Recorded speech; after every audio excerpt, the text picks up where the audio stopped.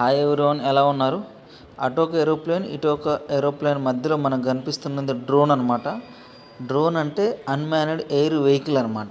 అంటే దీన్ని మనిషి లోపల కూర్చోడు. మామూలుగా అయితే మనం చూసినట్టయితే హెలికాప్టర్లో కానీ ఏరోప్లేన్లో కానీ మనిషి అనేటోడు కాక్పిట్లో కూర్చొని దాన్ని ఆపరేట్ చేయడం జరుగుతుంది.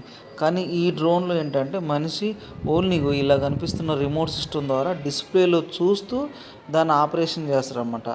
ఇదే రిమోటు. ఇక్కడ పక్కన మనకు కనిపించేది డ్రోన్ అనమాట. అంటే డ్రోన్ వెయిట్ని బట్టి కూడా చాలా రకాలు ఉంటాయి అన్నమాట.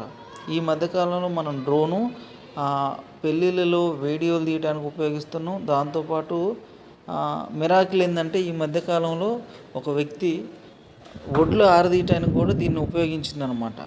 సో ఇది వచ్చేసి మనకి డ్రోన్ ల్యాబ్ అని అంటారు. డ్రోన్ ల్యాబ్ అంటే ఒక డ్రోన్ ఆపరేట్ చేయడం కోసం మనకి బ్యాటరీ అవసరం, దానికి కావాల్సినటువంటి సిస్టానికి సంబంధించినటువంటి వివిధమైన భాగాలన్నింటిని కలిపి ఒక డ్రోన్ ల్యాబ్ అనమాట. దానికి కావాల్సిన అన్ని పార్ట్స్ దాన్ని రిపేర్ చేయడం కోసం. ఇవి వచ్చేసి సిస్టమ్ ఆపరేటింగ్ అనమాట.